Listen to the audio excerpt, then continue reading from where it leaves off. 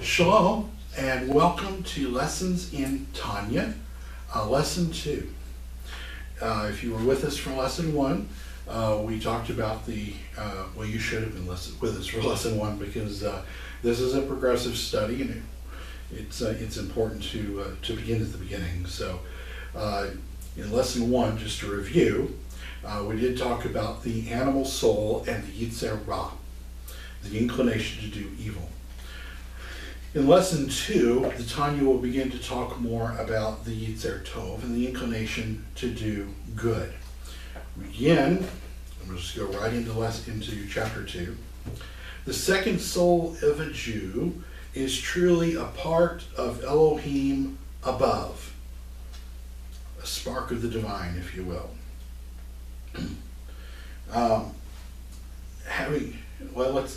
Let's say something about that for a moment.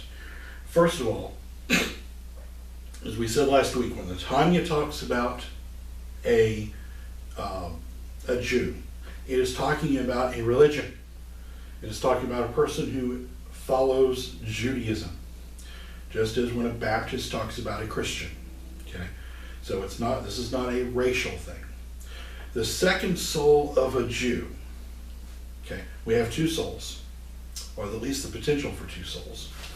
The second soul of a Jew is truly part of Elohim above, as is written, and he breathed into his nostrils the breath of life.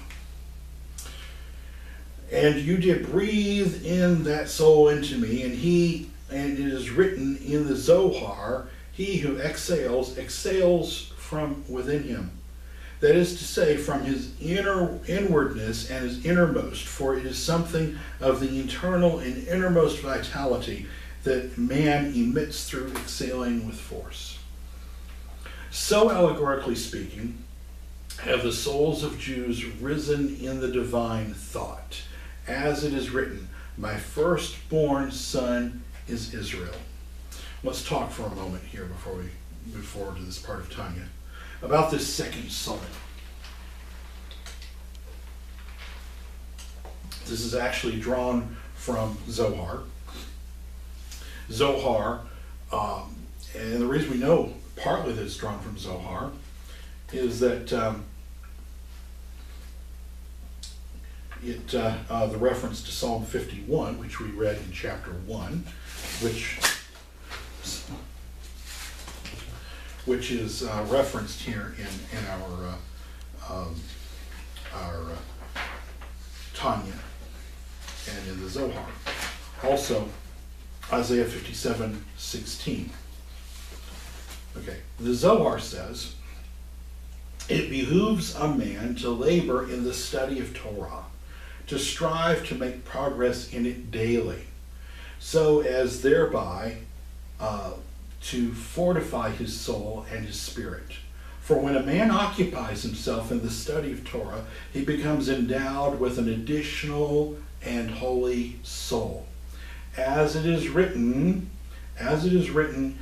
the movement of the living creatures, that is a soul, a nephesh, derived from the holy center called living, Chaya.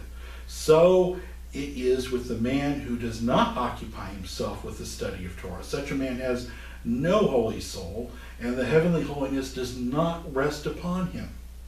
But when a man earnestly studies the Torah, then the motion of his lips wins for him that living soul, and he becomes as one of the holy angels, as it is written, bless the Lord, you angels of his. Psalm 103:20. To wit, those who occupy themselves with the study of Torah, who are therefore called his angels on earth, the same are alluded to in the words, and let the birds fly on earth. For so much for his reward in this world, he regards the other world. We have been taught that the Holy One, blessed he, will provide them with wings of eagles, enabling them to fly across the whole universe. It is as it is written, but they that wait for Yahweh shall renew their strength, that shall mount up with wings of eagles. Isaiah 40:31. The wings of eagles that Isaiah is speaking of here, we are told, is this second soul. This then is the interpretation of what is written. Let the waters swarm with the movement of living creatures. The Torah, which is symbolized by water, possesses the virtue of implanting in her devotees a mobile soul derived from the place called living, chaya, from life. As has already been said, David alluded to this when he said, "Create in me a clean heart, Elohim, so that I may be devoted to the Torah and thus renew a steadfast spirit within me." Psalm 51:12. You may recall we talked about Psalm 51 in reference to the Yetzer Ra and the Yetzer Tov last lesson. So according to the Zohar, the second soul is alluded to in Psalm 51 when it says, "And renew a steadfast spirit within me." If we look at that verse in context, we'll see, reading verses 11 through 14, or verses 9 through 12, depending on whether you're looking at the Christian or Jewish version of the text. "Hide your face from your sins and blot out all my iniquities. Create me a clean heart, O Elohim, and renew a steadfast spirit within me. Cast me not away from your presence, and take not your Ruach HaKodesh from me. Restore unto me the joy of your salvation, and let a willing spirit uphold me." Now notice here it says spirit, not soul. Okay? So, but there is a close tie between the idea of a second spirit and a second soul. And you may recall a few verses earlier, in verse 5, it says, "Behold, I was shapen in iniquity, and in sin did my mother conceive me." And we discussed the fact that with sin, or in iniquity could also be with sin or with iniquity, referring to the Yetzer Ra.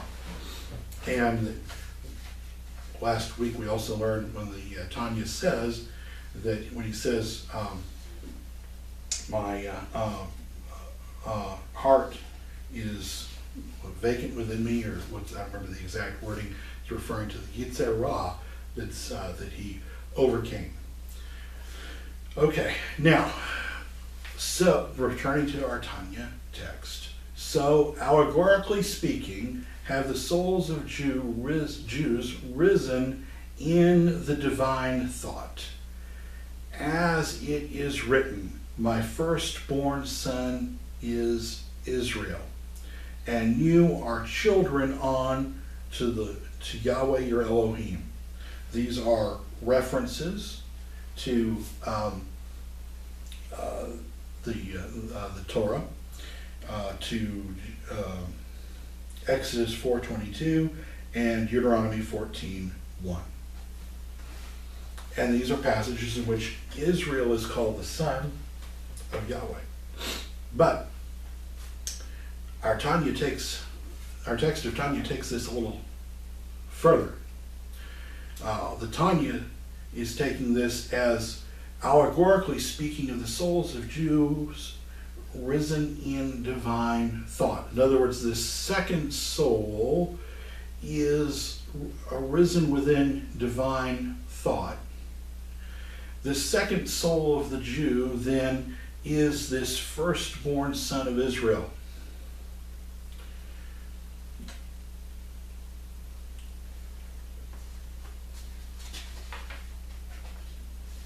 This also ties in with Hosea 11:1.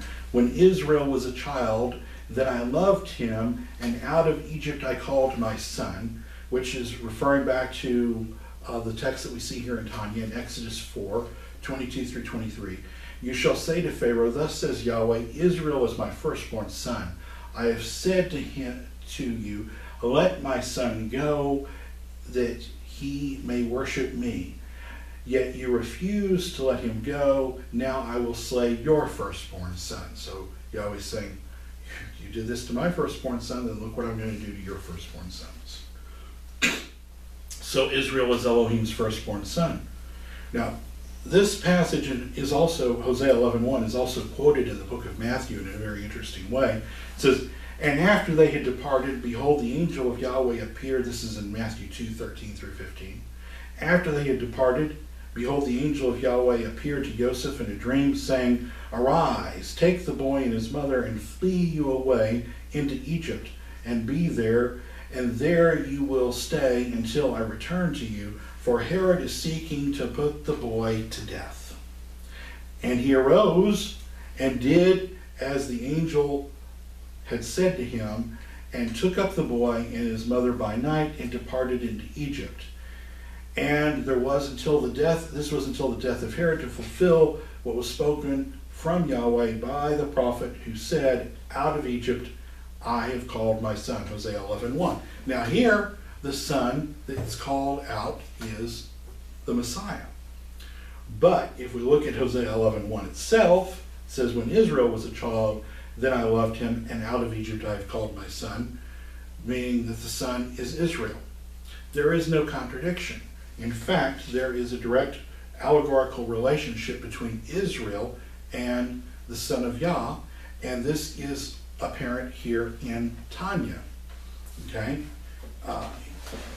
In Tanya, it says, so allegorically speaking, have the souls of Jews, Israel, arisen in the divine thought, as it is written, my firstborn son is Israel, and you are children unto the Lord your Elohim. That is to say, just as a child is derived from his father's brain, so too, used as an anthropomorphism, the soul of each Israelite is derived from Elohim's, blessed be he, and wisdom, for he is wise, but not through a knowable wisdom, because he and his wisdom are one, as Maimonides says, that he is the knower, the knowledge and the knower, and this is not within the power of any man to comprehend clearly. As it is written, can you by searching find Elohim? And it is also written, for my thoughts are not your thoughts. Okay. The process that we're going to learn in Tanya as it continues tells us that the wisdom of Yahweh, the Torah, which is the wisdom of Yahweh, which is, by the way, the Torah, the Messiah is the Torah incarnate. Okay. When the Torah, the wisdom of Yahweh, goes from wisdom, which is Yahweh's, to our understanding, it is like a father implanting seed in the womb of a mother, and that understanding is like the womb of the mother, gestates and brings forth a birth of a son. And that son is da'at, knowledge. And that knowledge, that da'at within us, is the Son. And we read this in the Zohar. Then Elohim said, this is in the Zohar 1:16, volume 1, 16b. And then Elohim said, let there be light. And there was light. And Elohim saw that the light was good. Why, it may be asked, was it necessary to repeat the word light in this verse? The answer is that the first light refers to the primordial light, which is of the right hand, and it is destined for the end of days, while the second light refers to the left hand, which issues from the right. The next words, and Elohim saw that the light was good, Genesis 1:4, refers to the pillar which, standing midway between them, unites both sides, and therefore, when the unity of the three, right, left, and middle, was complete, it was good. And there could be no completion until the third had appeared to remove the strife between right and left, as it is written, and Elohim separated the left between the darkness. This is the middle pillar, ki tov, that which is good, which threw light upon above and below and all other sides in the virtue of Yahweh, the name of which embraces all sides. So the right and the left pillars are assigned to father and mother. And the middle pillar, which balances these feminine and masculine attributes, is called the Son of Yah in Volume 2, 115 of the Zohar.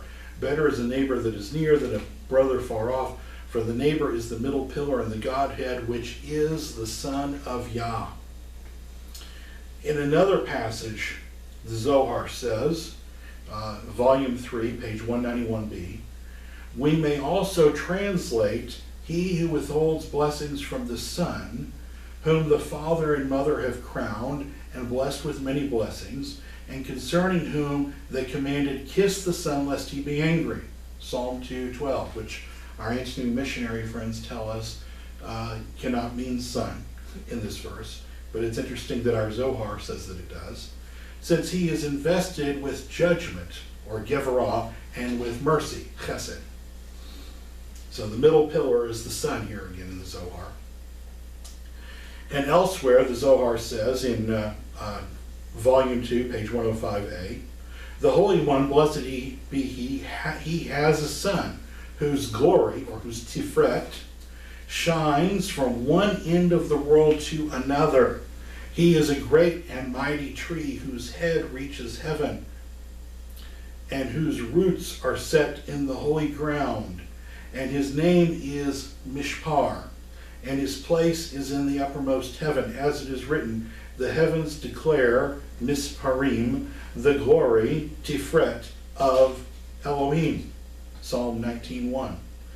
Were it not for this Mishpar, there would be neither hosts nor offspring in any of the worlds.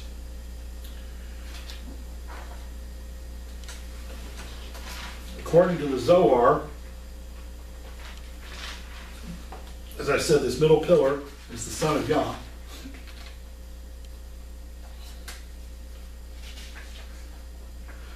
And so this Son of Yah balances, is the middle pillar of the Godhead. And we could do whole studies about this.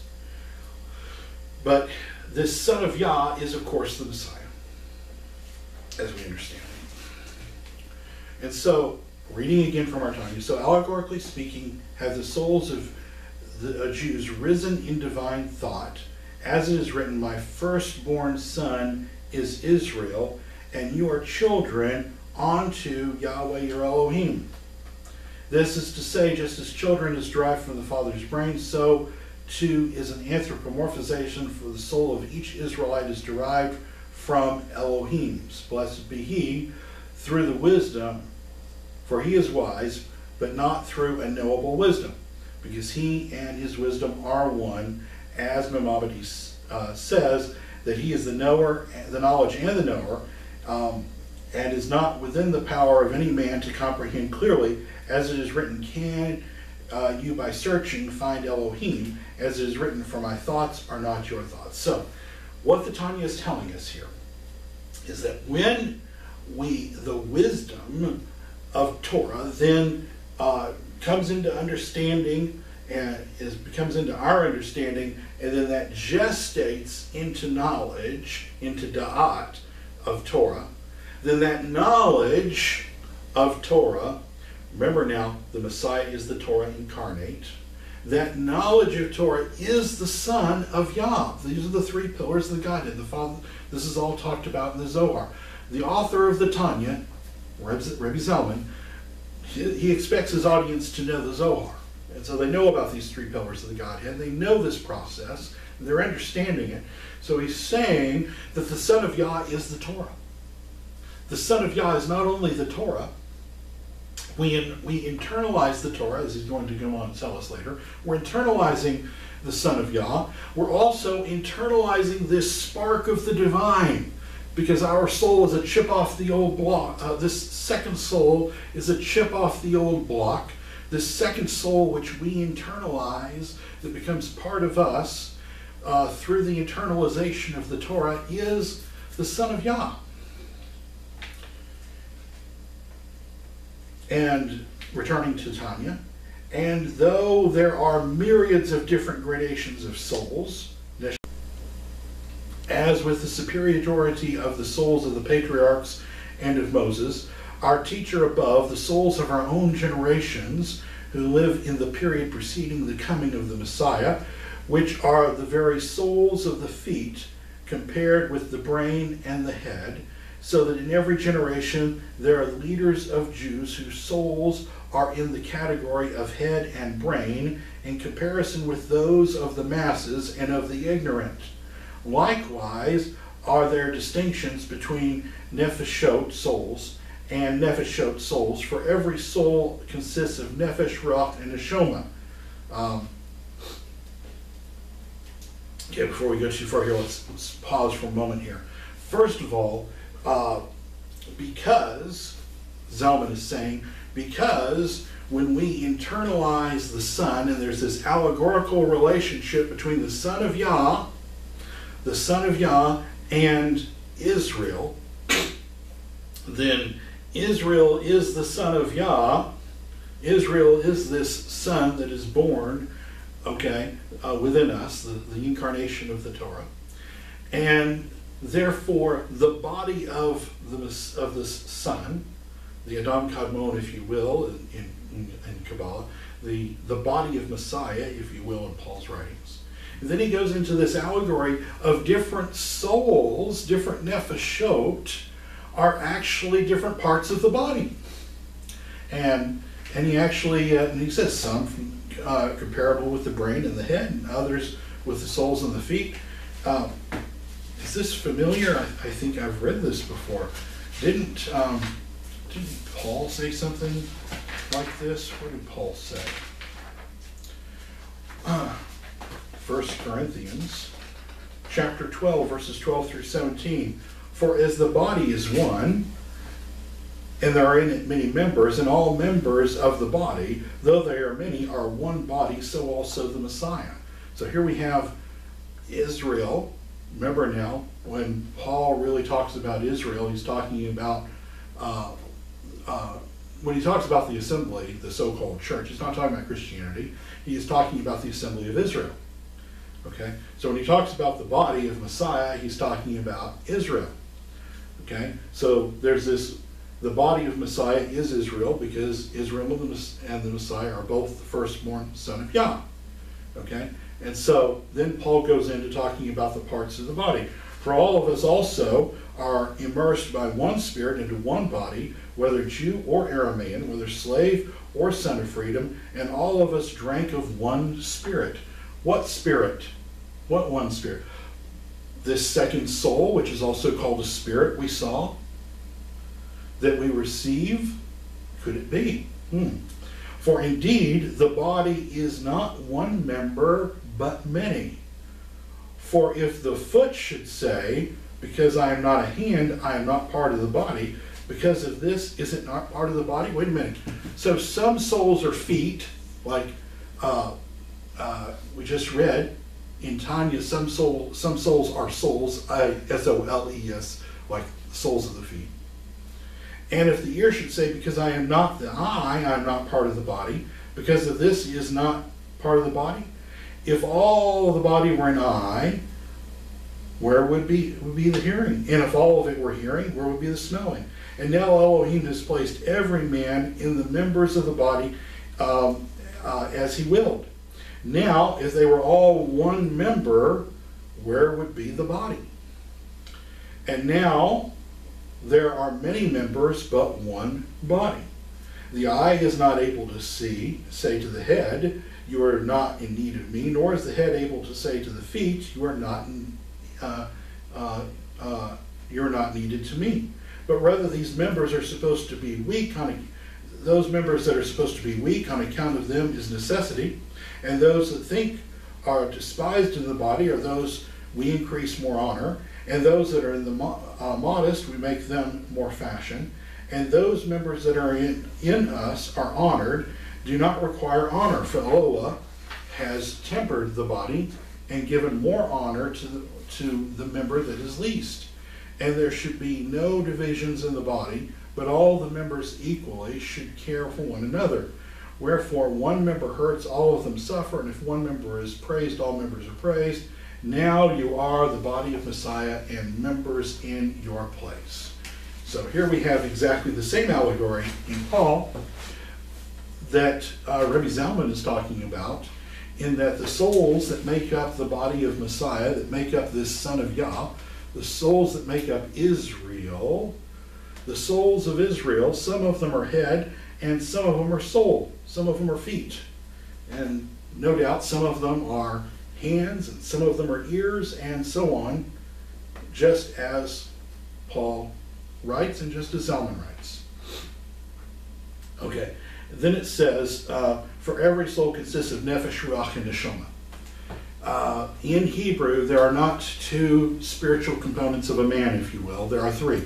We think in terms in English of a spirit and a soul, but the word soul corresponds most closely with nefesh.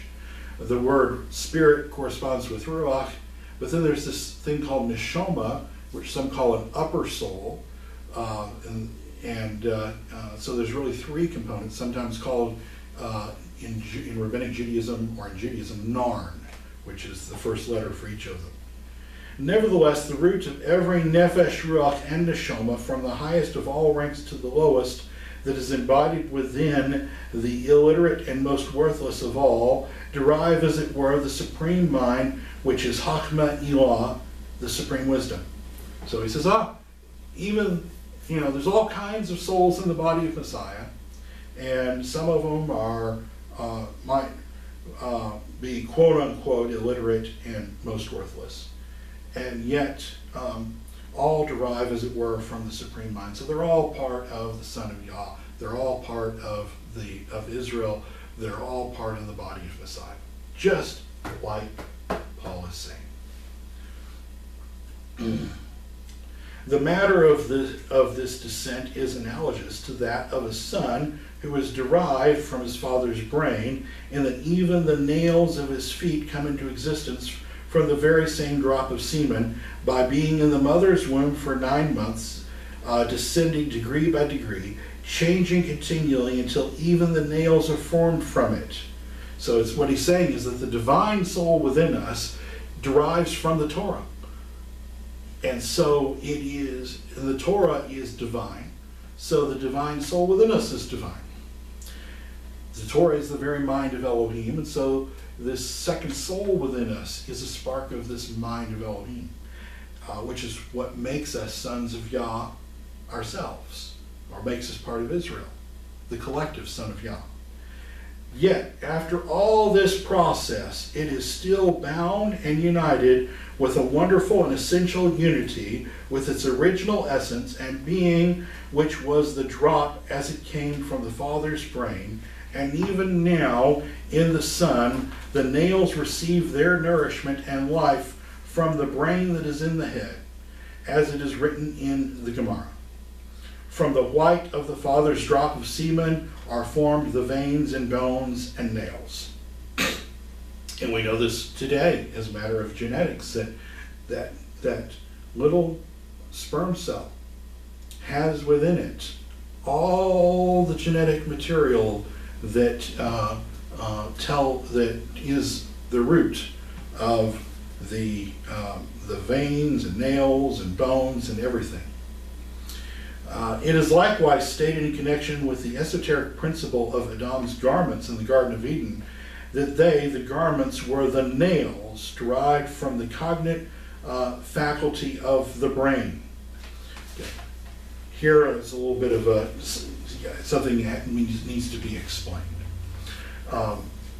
There's 4 levels of understanding of the garment of Adam in the Garden of Eden. It says that Elohim made animal skins for them. Now, on the Peshat level, that just means he made animal skins for them. The Remez level is that there's an implication. What does that imply? It implies that some animals had to die as a result of Adam's sin, which implies the animal offerings.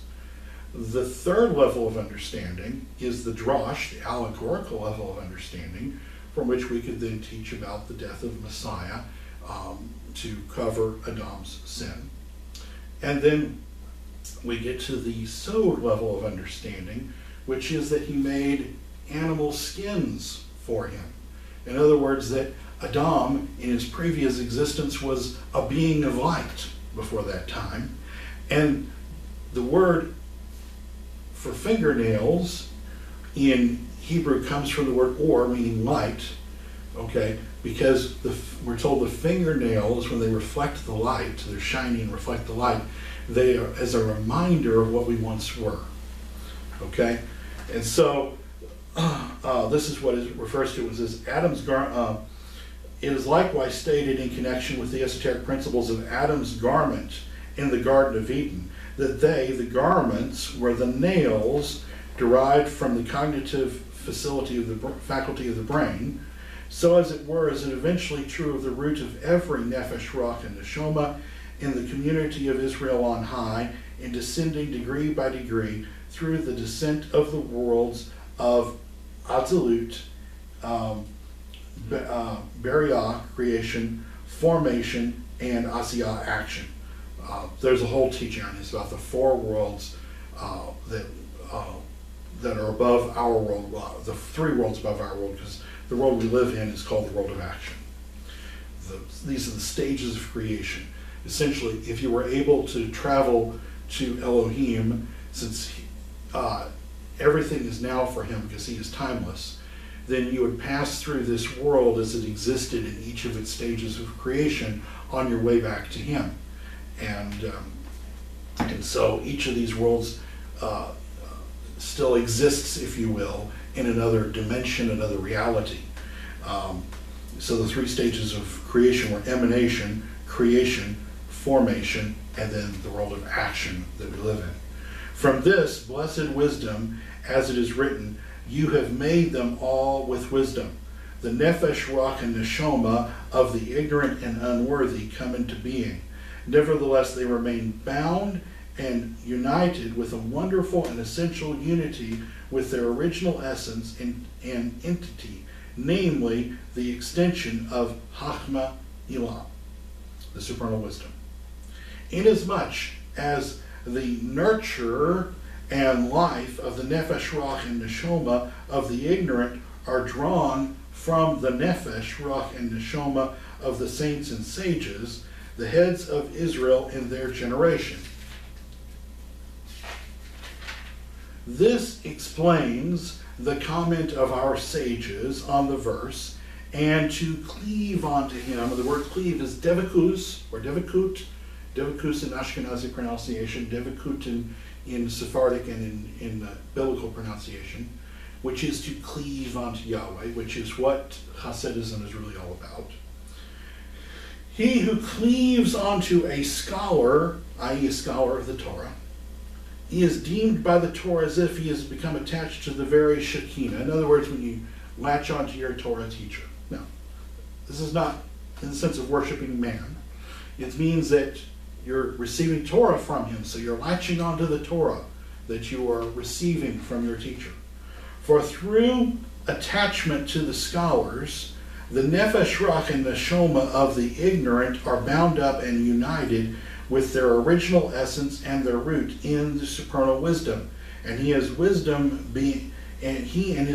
being one, he is the knowledge. So here we have the Elohim is his wisdom, and so he is his Torah. And we're going to get into this more in the Tanya. So when we internalize the Torah, we're internalizing Elohim, and that's how the Son of Yah is born within us, comes into us, and then this is what generates the great joy within us. As for them who willfully sin and rebel against the sages, the nurture of their nefesh, ruach, and neshama comes from behind the back, as it were of the nefesh, ruach, and neshama of the scholars. As for what is written in the Zohar and in the Zohar Chadash, in the effects that the essential factor is to conduct oneself in a holy manner during sexual union, which is not the case with the children of the ignorant, and so on.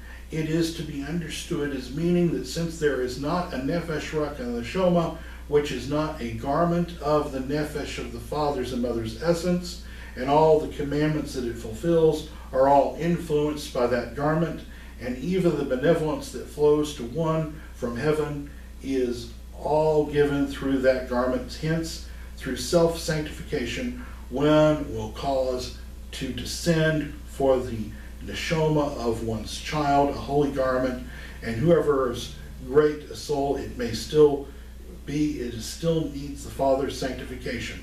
But as for the soul itself, it sometimes happens that the soul of an infinitely lofty person comes to be the son of a despised and lowly man.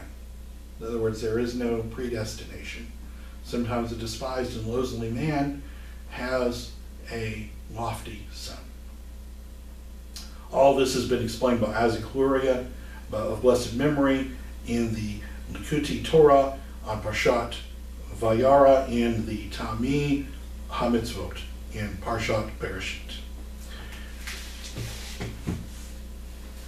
There is a very strong parallel between this concept of a second soul, which is a spark of the divine, and which is characteristic of the Son of Yah, if you will, and the Ruach HaKodesh.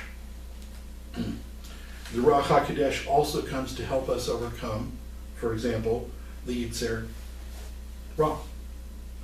And we read in Ezekiel 11, 17 through 21, "Therefore says Adonai Yahweh, I will even gather you from the peoples and assemble you out of the countries where you have been sanctified, and I will give you the land of Israel, and there shall take away all the detestable things thereof and the abominations thereof from thence. And I will give them one heart, and I will put a new spirit within you."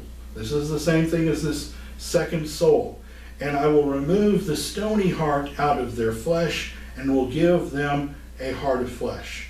And that they may walk in my statutes and keep my ordinances and do them. They shall be my people, and I will be their Elohim. But for them whose heart walks after the heart of their detestable things, after their Yetzer Ra, and their abominations, I will bring their way upon their own heads, says Adonai Yahweh." So this second soul, this Ruach, by the way, the Ruach HaKodesh, some people say, I have the Ruach HaKodesh, the immersion I've received the Ruach HaKodesh, I have with the testimony of speaking in tongues, or the testimony of this.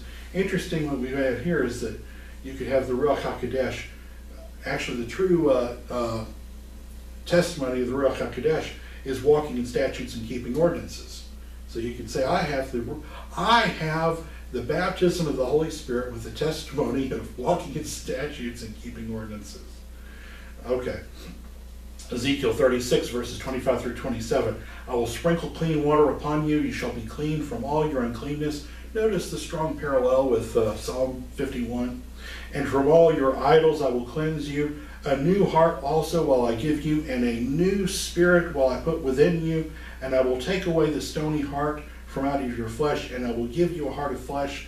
And I will put my spirit within you, and you shall walk in my statutes, and you shall keep my ordinances and do them."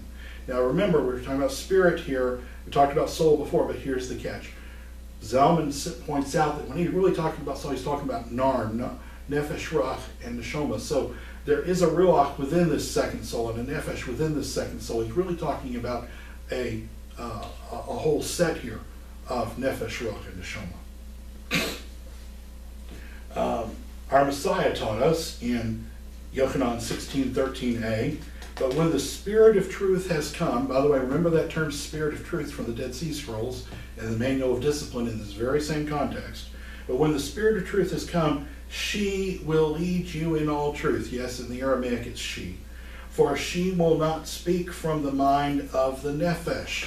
In other words, she won't speak from the animal soul, the first soul, the animal soul, but from the ruach, from the divine soul. Right there we have these two souls battling within us, and this is what Tanya is for, and this is what we're studying for, is to learn how to listen to the ruach, how to listen to and differentiate the voice of the ruach of the second soul versus our strength, and allows us to mount up with wings like eagles.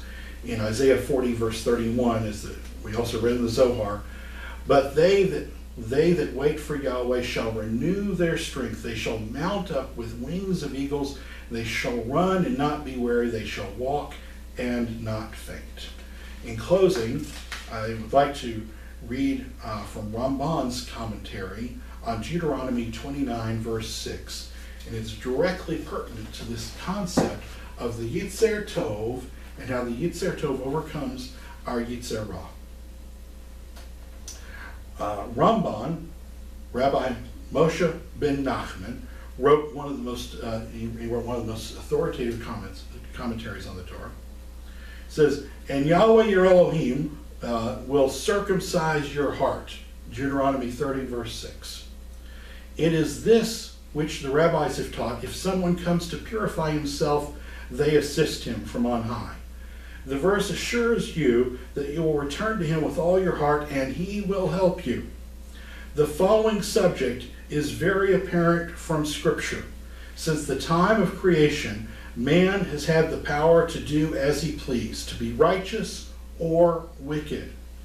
This great free will applies likewise to the entire Torah period, so that people can gain merit upon choosing good and punishment for preferring evil. But in the days of the Messiah, the choice of their genuine good will be natural. We'll have a natural inclination to the Yitzer Tov, in other words. The heart will not desire the improper and will have no craving whatever for it. This is the circumcision mentioned here, for lust and desire are the foreskin of the heart, and circumcision of the heart means that it will not covet or desire evil. Man will return at that time to what he was before the sin of Adam, when by this his nature he did what should properly be done, and there was no conflicting desires at all in his will, as I've explained in Seder Bereshit. It is that which Scripture says in the book of Jeremiah 31:30, "Behold, the days come, says Yahweh, and I will make a new covenant with the house of Israel and with the house of Judah, not according to the covenant that I made with their fathers.